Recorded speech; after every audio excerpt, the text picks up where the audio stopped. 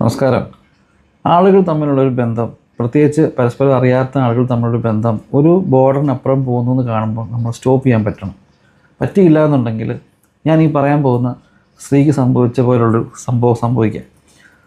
എന്നെ കുറച്ച് നാൾക്ക് മുമ്പ് ഒരു സ്ത്രീ വിളിച്ചിട്ടുണ്ട്. പറഞ്ഞു അവരുടെ ഭർത്താവ് അവരുടെ ഒരു ബർത്ത്ഡേക്ക് കണ്ട് ഒരു വില കൂടിയ ഒരു സ്മാർട്ട് ഫോൺ മേടിച്ചു കൊടുത്തു. ഭയങ്കര സാമ്പത്തിക ഭദ്രതയുള്ള വീടൊന്നുമല്ല, എങ്കിലും ഒരു നല്ലൊരു സ്മാർട്ട് ഫോൺ, അവർക്ക് അതുവരെ ഉപയോഗിച്ചതിനേക്കാളും നല്ല വിലയുള്ള സ്മാർട്ട് ഫോൺ മേടിച്ചു കൊടുത്തു. അപ്പോൾ ഇവർ ഓരോ ആപ്ലിക്കേഷൻസൊക്കെ ഇങ്ങനെ ഇട്ടപ്പോൾ ഈ ഫേസ്ബുക്ക് എന്ന സോഫ്റ്റ്വെയർ ഇടാൻ ശ്രമിച്ചു. അപ്പോൾ അവരുടെ മക്കൾ പറഞ്ഞു അമ്മേ ഫേസ്ബുക്ക് ഒന്നും ഇട്ടിട്ടുണ്ട, ഈ അമ്മയ്ക്കൊന്നും പറ്റിയൊരു സംഭവമല്ല ഫേസ്ബുക്ക്, ഉദ്ദേശിക്കുന്നത് നല്ലതൊന്നും അല്ല എന്ന് പറഞ്ഞു. ഇനിമേ ഇവർ ഫേസ്ബുക്ക് ഇട്ടു. ഫേസ്ബുക്കിൽ കൂടെ നമുക്കറിയാമല്ലോ, ഫേസ്ബുക്ക് ഇട്ട് ചുമ്മാ ഒരു പെണ്ണിൻ്റെ തുണി ചുറ്റി ഒരു പ്രൊഫൈൽ ഫോട്ടോ ഇട്ട് വെച്ചാലും ഒരു 100 പേര് ഫോളോവേഴ്സ് കയറി വരും, അല്ലെങ്കിൽ അവർ ഫ്രണ്ട് റിക്വസ്റ്റ് കൊടുക്കും. ഇവർക്ക് ഇതിൻ്റെ കൃത്യമായിട്ട് ഇതിൻ്റെ ഓപ്പറേഷൻസ് ഒന്നും അറിയാതെ വന്നപ്പം ഇവരിതൊക്കെ അക്സെപ്റ്റ് ചെയ്തു.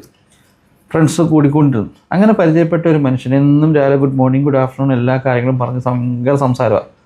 അവസാനം ഇയാളോട് ഭയങ്കര കടുത്ത പ്രണയമായി. ഇവർ ചെയ്തൊരു വലിയൊരു മിസ്റ്റേക്ക് എന്താണെന്ന് വെച്ച് കഴിഞ്ഞാൽ, ഈ ഫേസ്ബുക്കിലൂടെ പരിചയപ്പെട്ട ഈ മനുഷ്യന് ഇവരുടെ പേഴ്സണൽ നമ്പർ ഷെയർ ചെയ്തു. പേഴ്സണൽ നമ്പർ ഷെയർ ചെയ്യുകയും ഇവരെവിടെയാണ് താമസിക്കുന്ന എല്ലാ കാര്യങ്ങളും അവരങ്ങ് തുറന്ന് പറഞ്ഞു.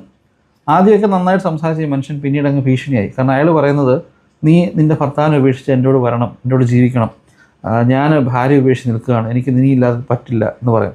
ഞാൻ ഇവരങ്ങ് ആകപ്പാട് ധർമ്മസങ്കടത്തിലാണ്. കാരണം ഇവരെന്നോട് സംസാരിക്കുമ്പോൾ പോലും അങ്ങ് പേടിച്ച് വിറച്ച സംസാരിക്കുന്നു. ഇത് ആരെങ്കിലും അറിഞ്ഞാൽ, ഞാൻ പറഞ്ഞാൽ എന്താ പ്രശ്നം, ഇത് ഭർത്താവ് പറഞ്ഞാൽ വലിയ പ്രശ്നം ഉണ്ടാവും, കുഞ്ഞുങ്ങളുടെ മുന്നിൽ നാണക്കേടാൻ, എനിക്ക് ആത്മഹത്യ അല്ലാതെ വേറെ, ഞാൻ ഇതൊന്നും വലിയ വിഷയമുള്ള കാര്യമൊന്നുമില്ല, അവന് നല്ല അടി കിട്ടാത്തതിൻ്റെ കുഴപ്പമാണ്, നിങ്ങൾക്ക് പേടിപ്പിക്കുക. അപ്പം അവർ പറഞ്ഞു ഞാൻ പോലീസ് സ്റ്റേഷനിൽ പോകുന്നു. അപ്പോൾ അവൻ പറഞ്ഞത് നിങ്ങൾ പോലീസ് സ്റ്റേഷനിൽ പോയി, എനിക്കറിയാം എന്തോ ചെയ്യണമെന്നുള്ളത്. ഞാൻ നിങ്ങൾ അങ്ങനെ പേടിക്കേണ്ട ആവശ്യമൊന്നുമില്ല.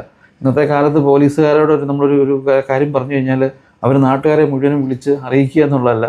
നിങ്ങൾക്ക് എത്ര ബുദ്ധിമുട്ടാണോ, നിങ്ങൾക്ക് ഒരു വനിതാ പോയി കംപ്ലയിൻറ്റ് ചെയ്യാം, അല്ലെങ്കിൽ നിങ്ങൾക്ക് ഫോൺ ചെയ്ത് പറയാം, അല്ലെങ്കിൽ നിങ്ങൾക്ക് ഓൺലൈനായിട്ട് അല്ല ഇമെയിൽ അയച്ച് നിങ്ങൾക്ക് രജിസ്റ്റർ ചെയ്യാം. നിങ്ങൾ ഡയറക്റ്റ് വേണമെങ്കിൽ പോയി നിങ്ങൾക്ക് പറഞ്ഞു കഴിഞ്ഞാൽ അവർ വ്യക്തമായ രീതിയിലുള്ള നടപടികൾ എടുത്തോളും. ഞാൻ പറഞ്ഞു വന്നത്, ഈ ഒരു പ്രായം നമുക്കറിയാം, ഒരു പ്രായത്തിനപ്പുറത്തൊക്കെയുള്ള ആൾക്കാർ ഈ ഇങ്ങനത്തെ സോഫ്റ്റ്വെയർ മറ്റു കാര്യങ്ങളൊക്കെ യൂസ് ചെയ്യുമ്പം ഇതിൽ നിന്ന് വരുന്ന ചില പാരകളുണ്ട്. ഇനി ഒരാൾ നമ്മുടെ അടുത്ത് വന്നു, നമ്മളോട് അപ്രോച്ച് ചെയ്തു, നമ്മളോട് സംസാരിച്ചു, ആ ആൾ ശരിയല്ല എന്ന് നമ്മൾ എപ്പോൾ മനസ്സിലാക്കുന്നോ അന്നേരം ആളെ ബ്ലോക്ക് ചെയ്തേക്കണം. അതിനുള്ള ഓപ്ഷനുണ്ട്. എല്ലാ സോഫ്റ്റ്വെയറിനും അവർ ബ്ലോക്ക് എന്നൊരു ഓപ്ഷൻ കൊടുക്കുന്നുണ്ട്. നമ്മളത് ബ്ലോക്ക് ചെയ്യാതെ നമ്മുടെ ഡീറ്റെയിൽസ് എല്ലാം വായിത്തോന്നെല്ലാം വിളിച്ച് പറഞ്ഞിട്ട് പിന്നീട് അവരുടെ സ്വഭാവം മാറിയിട്ട് നമ്മളിന്ന് റിഗ്രറ്റ് ചെയ്തിട്ട് കാര്യമില്ല.